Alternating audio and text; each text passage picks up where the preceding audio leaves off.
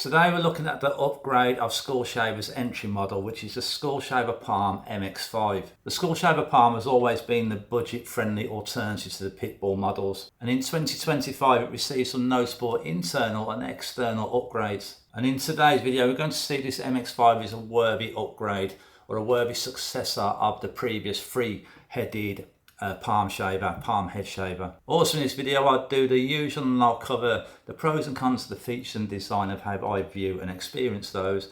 I will also run through a head shave, do a demo head shave got with you guys so you can see how it performs despite me already using it many times before, and we'll wrap it up with a bit of feedback. A disclaimer, not for myself but for the head shaver companies plus for you guys, is that they don't expect a razor close finish with one of these. These are we kind of can get a what's called a sandpapery feel left over after shaving, which I get at the side of my head here.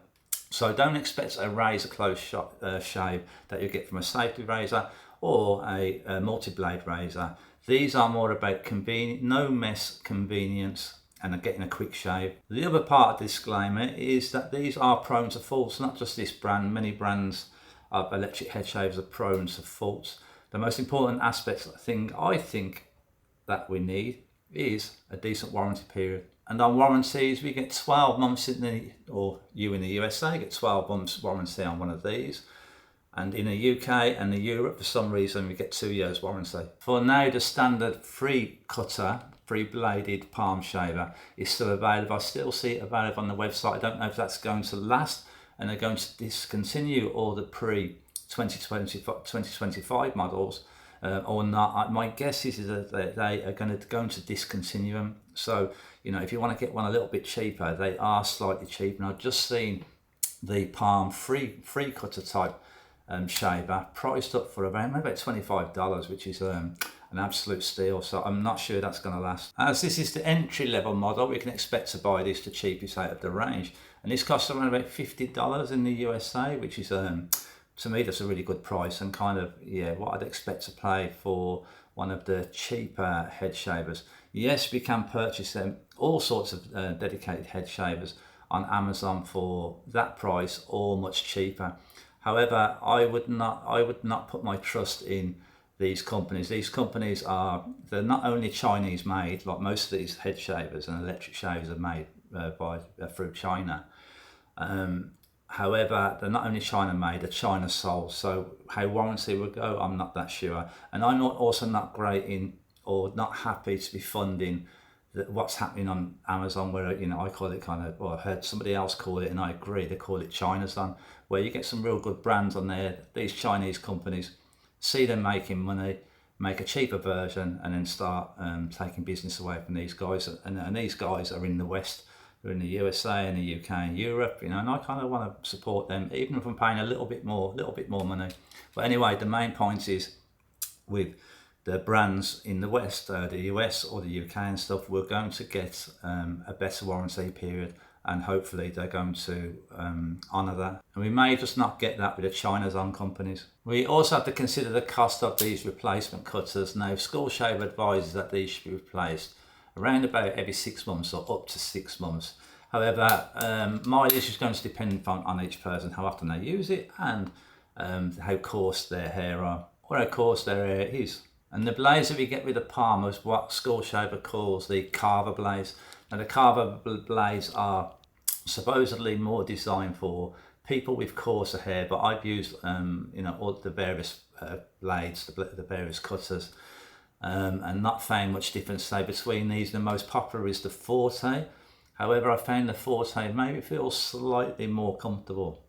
But on a positive note for these ones, if you repurchase these when you top them up or renew them, these only cost in the USA around about $25 to replace. I'm not going to say much about subscription plan, but Skull Shaver is one of those brands that does have a subscription plan. And when you go onto the website, usually the box will be ticked for the subscription plan. So it means that if you purchase it via the subscription plan, it will come slightly cheaper, but what you're going to get is some replacement cutters in the post and get a charge taken from your account.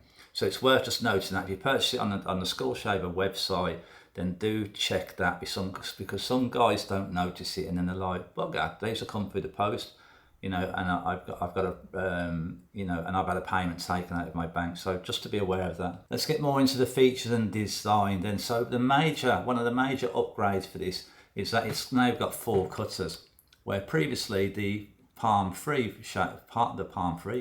had 3 cutters. Now the obvious advantage of this is that it's like the other head shaver. It's become a Skull Shaver Silver, really. You know, we get better coverage with it.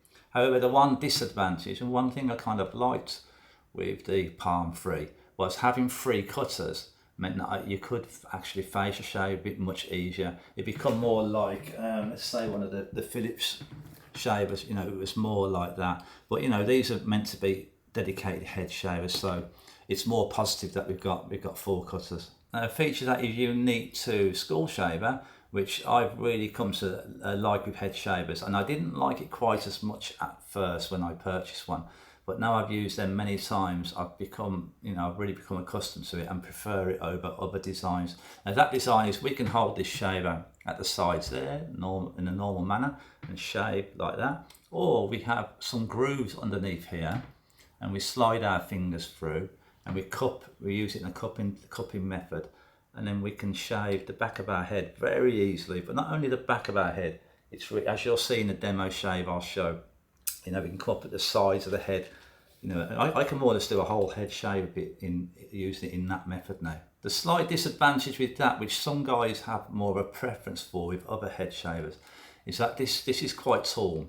This shaver is quite tall, and that's a little bit bulky. Now some of the other head shavers, I don't have any that have got much of a smaller body with me here, apart from I have this Freebird Flex series. Some of them have more of a kind of ball shape here, so it kind of fits in that, fits well or better in the palm of the hand, you know, so it's held more like that, and people find they enjoy the maneuverability of that more. However, for myself, because I like this cupping design and this method of shaving with the cupping design, I favour this, and I like the ball type shape ones as well.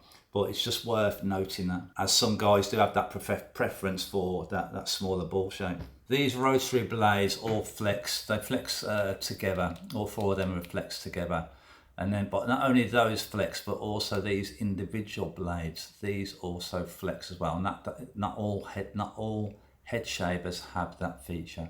And these are kind of cut concave, so when we make a beginning of putting this on our head, it's already kind of close to the scalp and the skin, if that makes sense. And while it only comes with 4 cutters, you know what, that's plenty enough. I've seen these head shavers with 6 and 7D and all this kind of stuff, and to me that's just a marketing gimmick. 4 or 5 is enough. Yeah, 4 does the trick. The feature I like having with head shavers and the Skull Shavers is that when we pop this top cap up the head, inside there we get a collection chamber, and this collects some of the debris and the hair.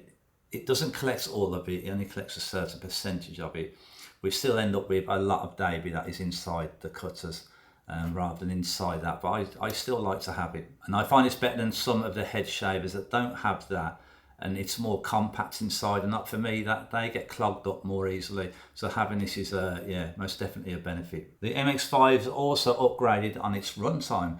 It gets around about 60 to 70 minutes runtime, which is an upgrade from 45 to 50 minutes, I think it was on the previous Palm 3 shaver.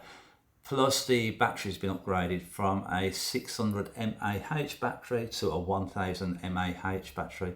That's why I would say that this, along with it has 3 dots on there for what battery charge left rather than 1 dot. And that's why I'd say that this really has become a Skull Shaver Silver. You think about it, for $50, that's to me it's pretty much become a bargain. These dots that we get on the back showing the charge, what they'll do, we've got 3 there, and they will count down. So when we're down to 1, we've got like 33% left of charge, maximum left. That's when I'd give it a recharge. And I've found since I've been using it, it's around about an hour that I get from a full charge. Unboxed, we get a simple kit with this. We just get the shaver with this blade cap cover, We get that, plus we get a USB cord, but the USB cord is not Type C, you know, it's a proprietary, I can't say that word, never can say that word, that fits into the shaver. Also this shaver here, the shaver where the power inlet is, has this kind of rubber bung, and we keep that on there if we're shaving wet or we are wet cleaning it. But it's just worth knowing it's not a Type C, but it is a USB. And we also do get our own, we do get an adapter with it, which is useful. We also get a little cleaning brush, but we don't get a little bottle of oil that we get with some of them. Plus we don't get any sort of travel case or travel pouch, which I'd expect with the entry model, that, you know, one that we're getting a bit cheaper. One thing we used to get with the Palm 3 was we used to get an extra attachment that we could use for nose trimming. That was kind of nice to have, and it worked very well. However, is it a big deal breaker? I don't think so. I'd rather have something put more into the shaver, like runtime, power, an extra blade, than having a nose trimmer. Nose trimmers, I mean, they're cheap enough anyway. They're not very expensive either. They are inexpensive items. Cleaning the shavers, nice and easy. What I do is I just pop the top cap off, blow out any debris that's inside there, give it a brush out. I mean, with a Skull Shaver, you have to be a bit cautious that around these edges here, sometimes you can get a bit of debris that's difficult to get out. And what I do is I just give it a wipe with tissue to take that out. But then what I would do is put a couple of drops of hand antibacterial soap within each of the cutters, pop the top cap back on, then give it a splash of water, power the shaver on for 10 seconds or so, and just let the antibacterial soap cleanse inside.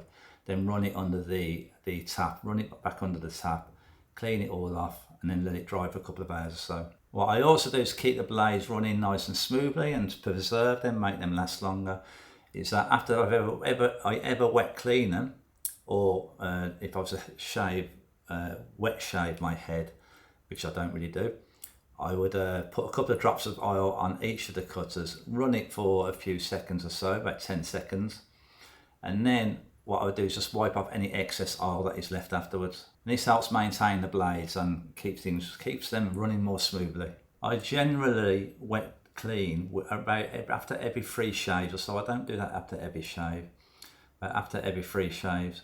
Now this can be used for wet shaving. However, I've tried it many times with head shavers and electric shavers and don't get any additional benefit. And part of the reason for me to use one of these is for the no mess kind of shave. You know, if I'm going to get my head messy, or, you know, just put shaving foam or cream on there, I'm going to use a manual razor and get a bit of a closer shave. However, if you are a person that likes to wet shave with electric shavers, this works perfectly fine for that. You can use any of your favourite lubricants, be that gel, shaving foam, shaving cream, or soap whipped up with it into a lather.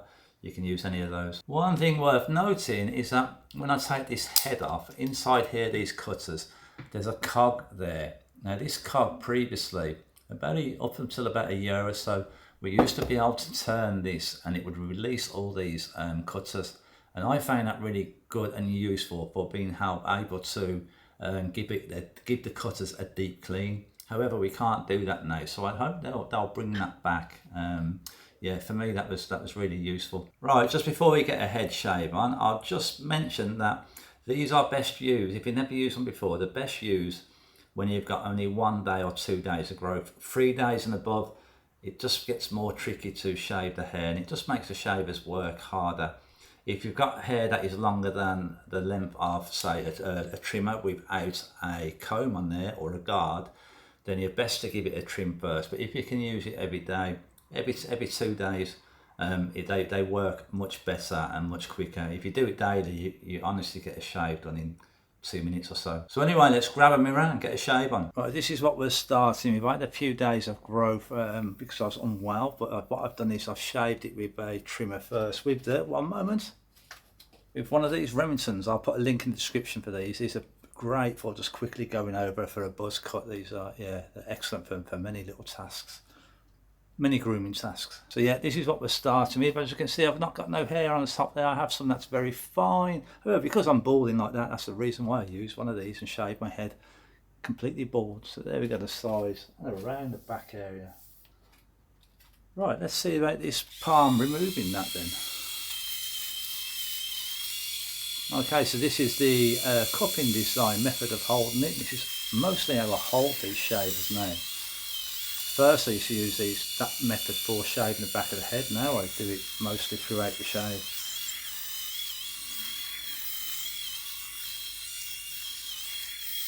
Comfortable? Yeah, extremely comfortable. Ease of use, you don't get much easier than that, does it? I know our manual razors give us a nice close shave, but you know, this is a no mess convenience shave, isn't it?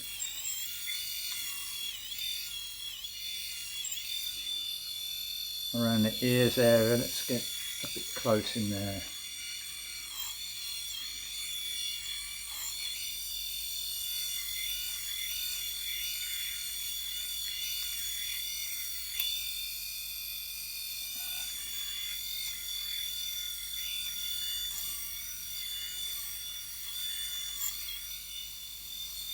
That's okay then. And holding it in a standard way, with our hands, fingers, one at the side, this allows for a little bit more pressure. We can see that it is maintaining skin contact throughout the shave, which is really good. There's no overlapping, no blades overlapping. It's maintaining skin contact throughout.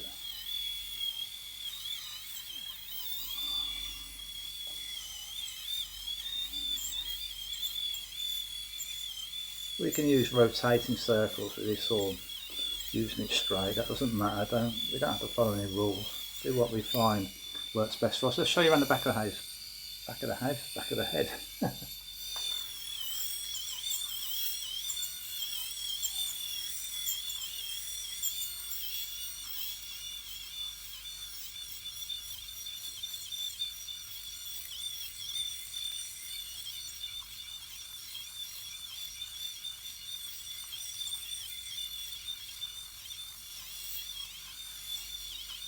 I don't know if you can see on the camera, but I have, what do we call this now? The back of the skull anyway, there's kind of lumps there. This is working perfect for that. While those facial shavers like the Braun Series 9 Pro and Panasonic R5 and the twin files like the Lithium Pro and the Babyliss Pro, while they're great getting a close shave, they're not brilliant for that back area of the head where these are.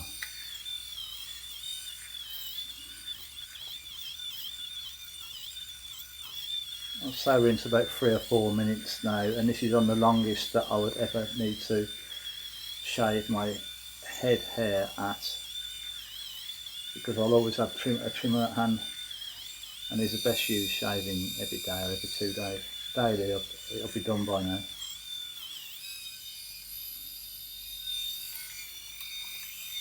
Around the ears area, which can be tricky. If you do get a stubborn hair around, or a couple of stubborn hairs around that area, if you've got a multi-blade at hand, just let me get a multi-blade, one moment. Here we go, a multi-blade. We can just get a multi-blade like this, quickly go. This is also brilliant for, see the back of the head here? I don't know if you guys get some very fine hair there, which I call bum fluff, and just go around the back like that with this trimmer blade that we get on the top of these multi-blade razors now. Okay, back to shaving.